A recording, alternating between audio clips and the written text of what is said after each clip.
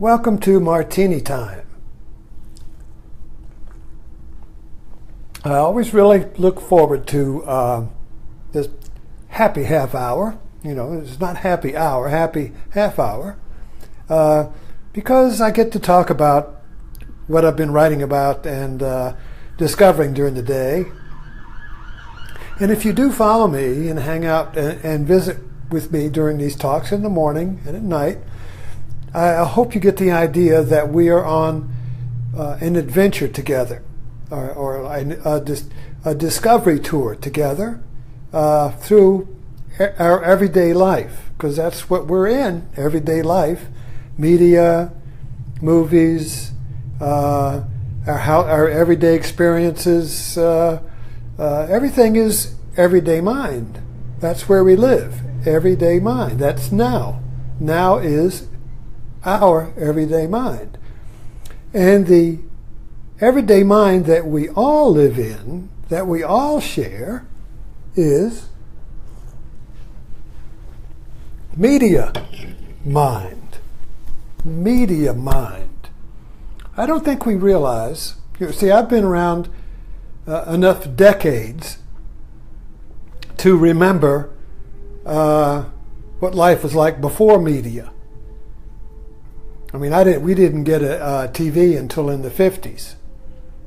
And I remember the first TV I saw at a friend's house. I think I was in 7th grade. And it was a big old thing, and it had a little bitty screen about that big, and you had to put a magnifying glass in front of it. I watched Mickey Mouse cartoons. And some guy selling a kitchen shredder. Yeah, that's when that started, way back then. They're still going. Buy this kitchen shredder. You know, it'll solve all your problems. You can do everything with it. Still going.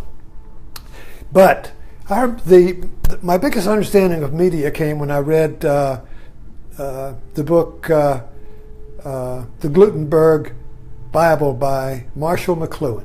Marshall McLuhan was a philosopher who wrote about the influence of electronic media in its early stages. And he compared it with the age of print, which began with the invention of the printing press.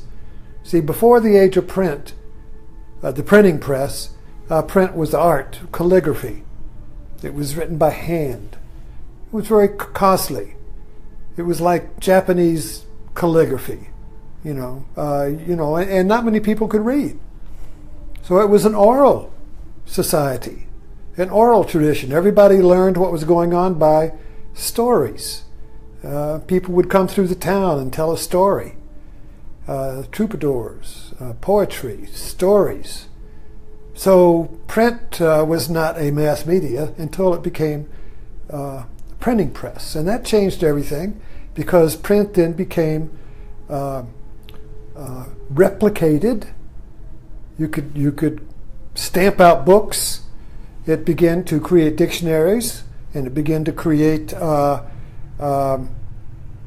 print in national languages, calligraphy. Everything was Middle Ages. Everything was in Latin.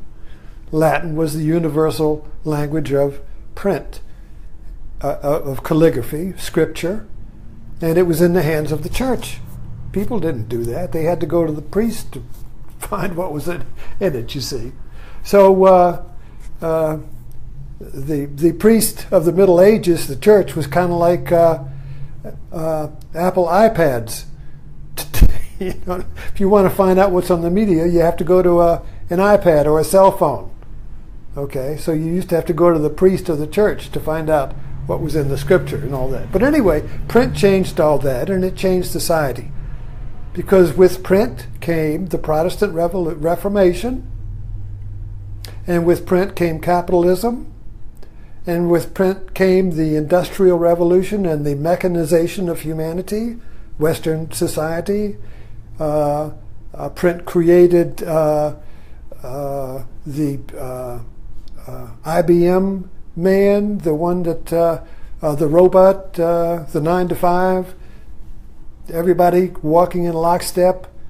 the English army, the redcoats that took over the world, were the creation of the print world, where all the soldiers lined up like letters, and they marched like a page, and the tribal people who were oral traditions, they were just like Braveheart, just running around, not organized. But the print organized the world, so it marched in lockstep, you see, and it changed. It also, another thing Marshall McLuhan pointed out that was very interesting to me was that print singled out the visual sense. In other words, if you're going to read the news, you don't taste it, you don't really feel it, you don't hear it, you don't smell it, you see it. So print separates the reader from the read, you see. There's a separation there. And it kind of like takes that one sense and makes it the dominant sense, you see. So the other senses are kind of like subjugated, they're just not used. Just the visual sense. So that creates a sense of separation. Visual sense creates separation. You're looking at me, I'm looking at you, you see. There's a sense of separation, that's visual. But when you taste something, there's no separation. You taste an orange, you're not reading about the orange, it's not there, you are the orange. When you hear music, you don't hear it like you read something, you are the music. When you feel something, you don't feel something with a gap between you and the felt. You are what you feel. So the other senses connect. This visual sense separates. So when that visual sense becomes dominant, it creates the image man. It creates self as an image. This is what Mad Men was all about. Don Draper's the quest of his was trying to stop being an image man, the madman, the advertising man who creates images of reality instead of being reality, you see. So this whole idea of separation with the print world came to an end in the 60s. It began in the 50s, it began, but then with the creation of the television and the electronic media, things begin to change in human consciousness.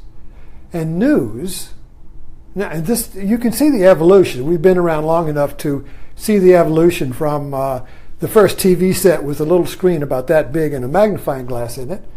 And you had to wait until the program came out in the evening. And then you had 3 networks, right? And the news came in happy hour. You would, I know my family, you would you be happy hour, be 6 o'clock.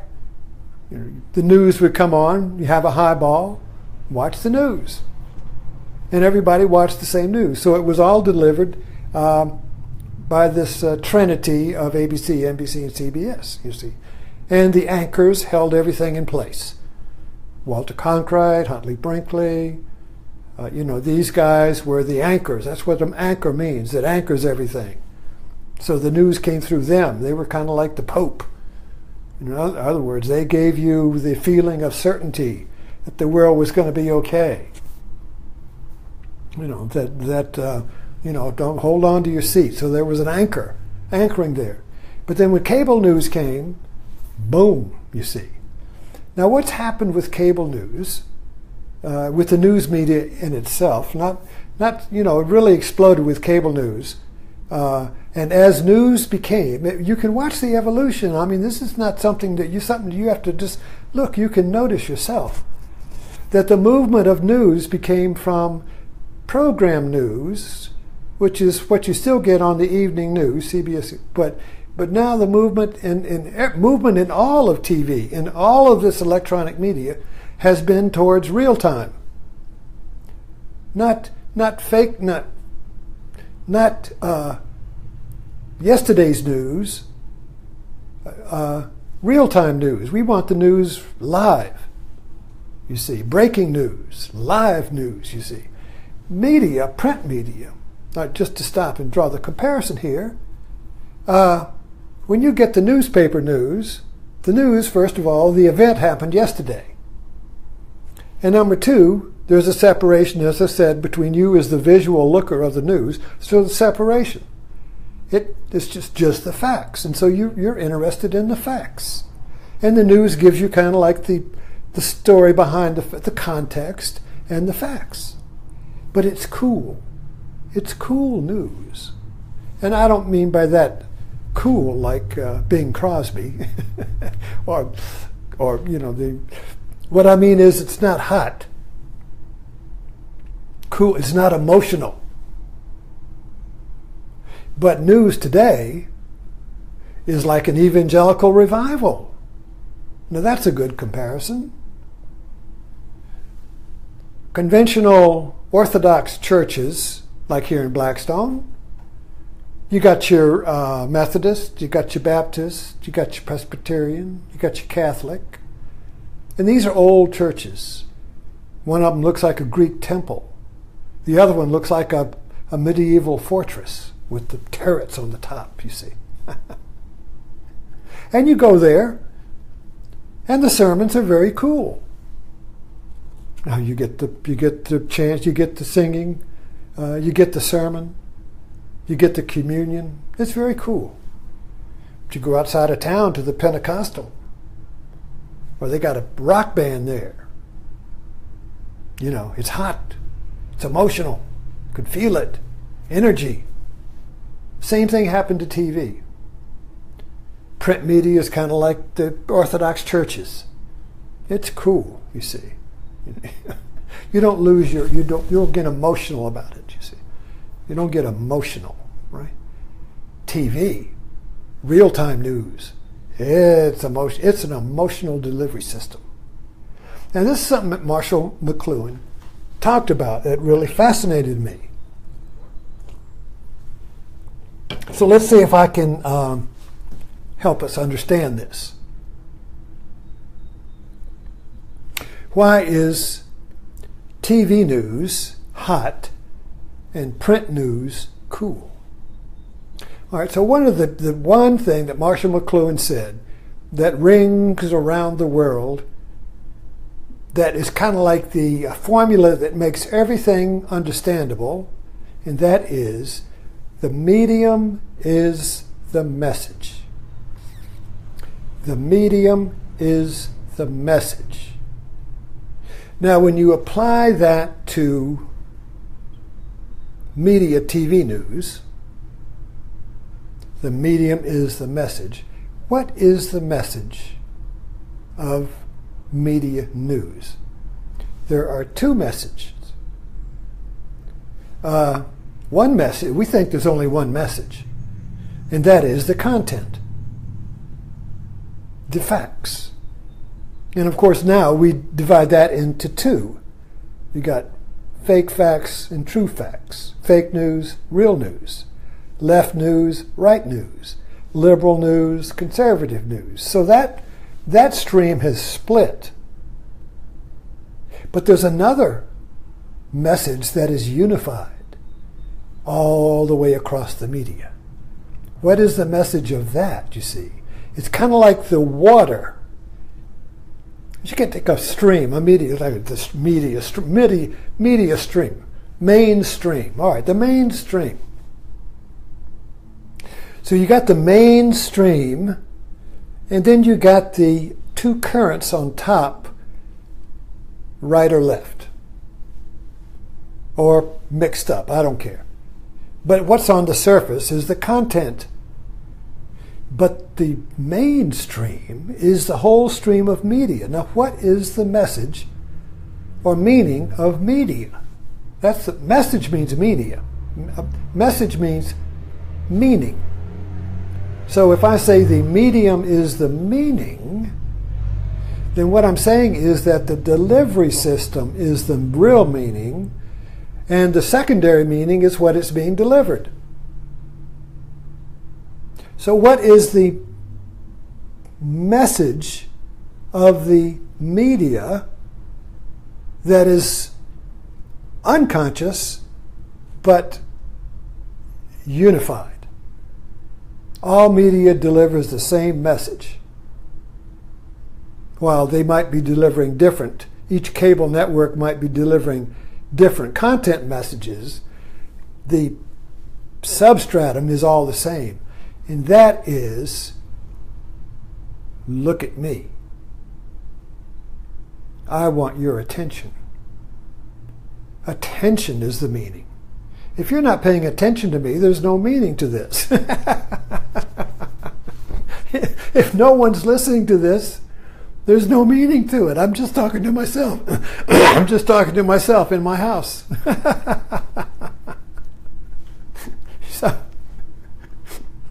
So anyway, the media message is attention. So the goal, the purpose of media is to get your attention. Without attention, there's no media. The sponsors leave. There's no money. It all goes away. So media has to get attention. So how does media get attention? Well, you can't get attention by just reading the facts, like BBC. You know, in other words, if somebody just stands there in a boring room and just reads the newspaper to you. You see what I mean? The newspaper, if they just read the newspaper to you, who would watch that? It's like watching a wedding video where if somebody puts the camera on a tripod and just runs it from one position in the reception. And so you just stand there and you just watch people eating and eating and eating and talking and talking. And once in a while somebody might come by and do something. Who would watch that? You see. So the whole thing about media, whether it's your wedding video that you just paid some guy $1,000 to edit so people would watch it, or your little slideshow program of your family that you selected the slides for, you see, and put music background to it, some emotion to it, you see. We all understand what's going on. We know the trick. Media wants attention. That's the message, you know. So what you put in it is secondary. The primary goal, the primary purpose is to get you to look at it. And that makes money. That makes the thing go. I'm not faulting it, it's just the way it works. That's the operating system. That's the machinery of it. But we don't understand it, you see. So what we have now here is an emotional delivery system. So what is the emotional delivery system of news? Well, you notice, for instance, today, okay, so there was a hot piece of news. I was on Morning Joe this morning. Everything was cool. They were arguing about Trump, Sessions, yada, yada, yada. Talky talk, you know, like talky talk, trying to figure out what Trump means by talking it up. That's, you know, hoping to generate a little interest, hoping to generate a little curiosity, saying the same thing over and over again. My God, will something just please break this up? And bam, you got a shooting in Arlington. Breaking news. Boom. All the cameras in the world are now putting one thing on there. It's still going on. It's like a fight in a schoolyard. Remember high school? Oh God, you're going to school, yada, yada, yada. Fight! And everybody runs with joy in their face, and they circle around the fight to keep the teachers out. And they're so excited, so happy. You see, it's real. It's emotional. If it's not emotional, it's not real today. That's why religion left. That's why we outsource religion. That's why the evangelicals migrated to the outside of town so they could build their churches with a rock star, with a rock band in it. And where the aisles were big so people could roll around and jump and fall down. You go to the churches in town, there's no place to jump around. You all sit in little chairs, little pews, all crammed in there listening to the boring yada, yada, yada, yada, yada, yada. Listen to Mr. Bean make fun of the English church.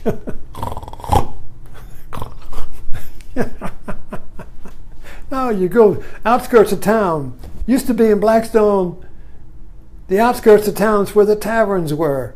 If you wanted to go out and have a rowdy time and drink and dance, you go to the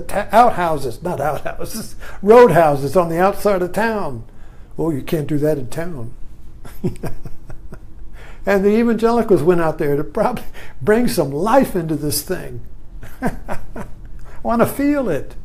I want to sit there, read about it. I want to be it, you see. So we want to be the news. And now we are. Because now, breaking news, and people are going crazy now. Because you're sitting in your little living room. Used to be, you'd sit here and read the news on the newspaper. Yes, it happened yesterday. Oh my God. They had a big flood and all these people, they had a big accident, or they had a shooting. A whole bunch of people killed. Oh my God, that is something you talk about that. My goodness. Now, it's real time. The cameras are there. You are going through the process. It's just like going to an action movie. It's like going to a horror movie. It's like going to one of these end of the world movies, catastrophe movies, The Towering Inferno, Titanic, all of these movies. The end is coming, right? But when you go to a movie, you suspend, it's called suspending disbelief. When you go to a movie, you suspend disbelief. I always get a little trouble figuring out what that means, but it means that you suspend the disbelief that the movie's real. Or movie's not real. In other words, you pretend it's real. If you don't pretend the movie's real, you don't enjoy the movie. You're just sitting there, oh God, when's this thing going to end? Hey, did you talk about this? Are they talking to somebody? You're not in the movie. You can't go into the movie and enjoy. That's what enjoying the movie is. You become the movie. You leave your little objective newspaper reading self sitting in the chair. You leave that and you jump into the movie like you jump into a dance at a reception or into a revival meeting where everybody's coming to Jesus down in the front. You see, you jump into that. But with the action movie, in that media, you know it's not real. So you can, no matter how bad or how horrifying the movie is, how real the death is, and they keep trying to make it more real. Blood and guts and all that, it becomes so real you think, my God, But you still know it's not real. And then the movie's over and you say, wow, that is really, I really enjoyed that. I was scared to death. Teens love that. Scare me. So then you go out and okay. Then the media has a real-time action scene of a shooting going on and and people are running and the cameras are going and they're interviewing the people what happened and oh my God, and the people are dead, and then you got the grief and you got the parade of innocence, you see, and the stories of the lives snuffed out, and you got the we'll we'll find out who did it, or we'll never let them defeat us, and it becomes a actually patterned program. It's a programmed ritual, and then we'll find out who did it, and then got to find the cause, and it was guns. No, and now now the cause is Bernie Sanders because the guy who did it was a Bernie follower. The left did it. No, the right did it. No, Trump did it. No, Hillary did it. No, Obama did it. The terrorists did it. But the thing is, if there's a terror attack in London, we feel it in Blackstone. So the delivery system is emotional. The delivery system brings this objective news. Something happened somewhere else. Stuff happens all the time, but it's only with the media news, because you said the media get this feeling here. Now, again, I'm not finding fault with the media. I'm just trying to describe what world we're living in now. We don't understand where we are or how it's working and how it's affecting us. If you take a medicine, you need to understand the side effects. Media is a medicine. We don't understand the side effects. So we blame something else on the side effects on something else, and that just keeps stirring us up, you see. So when the delivery system of what emotion is the delivery system, media delivery system bringing? Anxiety. I remember 9/11. I never watched CNN. After 9/11, I didn't turn the TV off. I wanted to be there. I wanted to be watching the next time the big one went off, you see. So it created anxiety, the feeling of anxiety, creates the feeling of dread, and this generates all kinds of conspiracy theories and end of time scenarios, and everything tries to explain why we have this feeling of dread. You've got to come up with a theory why we feel this dread, you see. What's next? Everything's going to hell. The world's always been in hell. Attila the Hun, the world's always been in hell. But now it feels personal. You see, the media has made news personal. It used to be objective. Oh my God, all these people were killed. Well, that certainly is bad, let's, do something about it, But it was rational. It was kind of like Episcopalians, maybe, or Presbyterians, or the Rotary Club, It was cool. But now it's hot.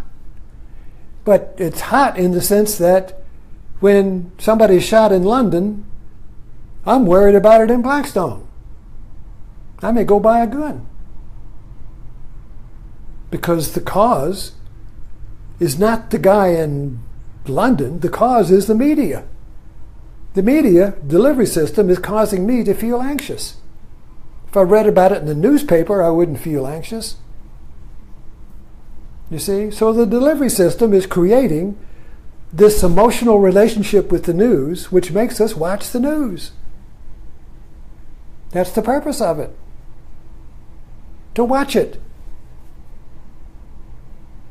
That's why it exists, so we can watch it. If you didn't watch it, it wouldn't exist. So that brings us to the question, is the media creating what we're watching? Now, quantum physics, this is better than having water here.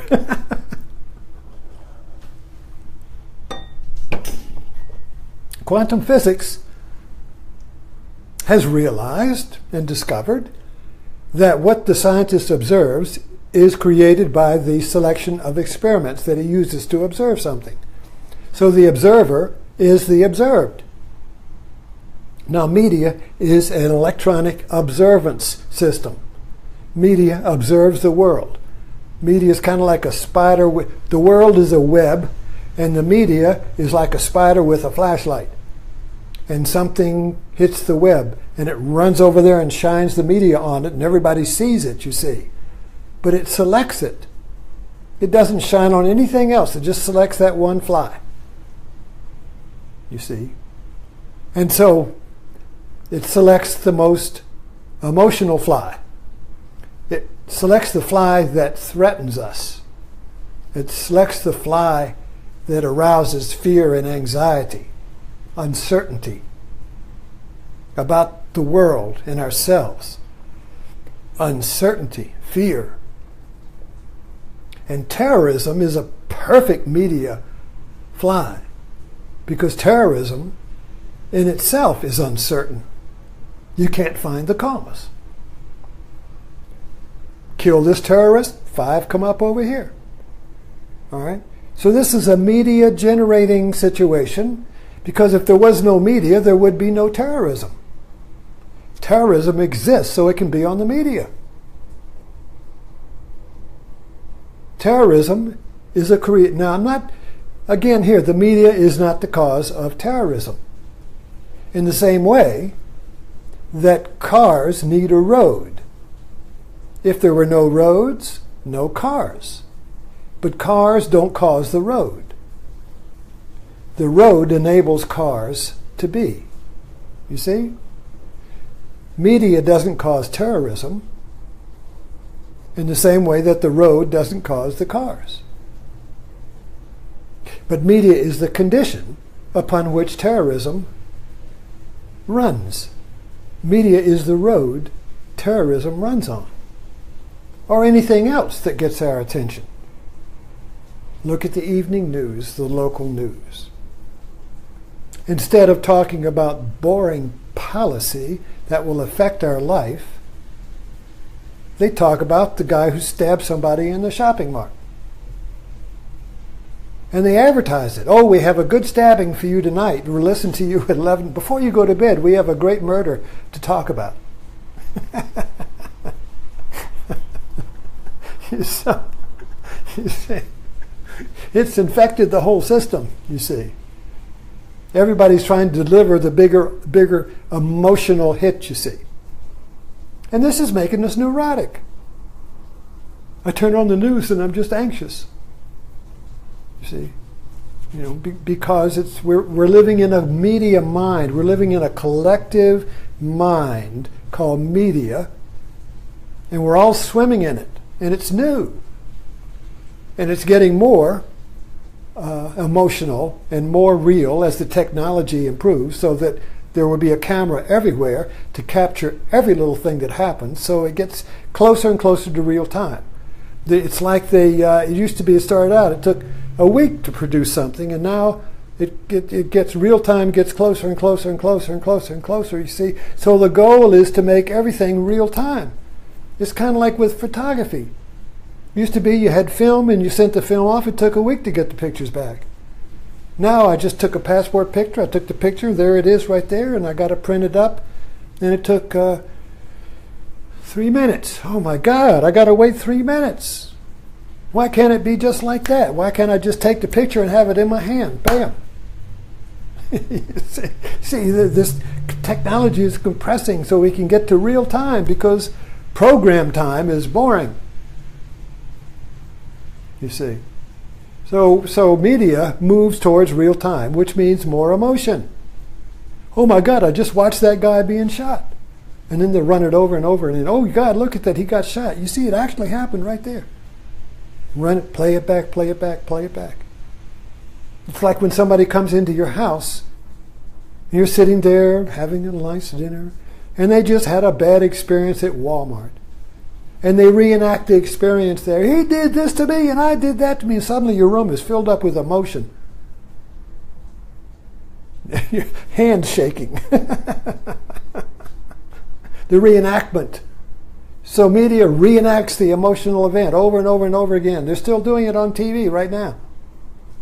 And they can't do anything else. That's the way it is. But we just have to understand it. So when a friend comes in and reenacts their pain, and I feel it, I don't say, oh, that's my pain, get the hell out of here. It's your pain. I don't want it. So it's the media's pain. The pain's in the media.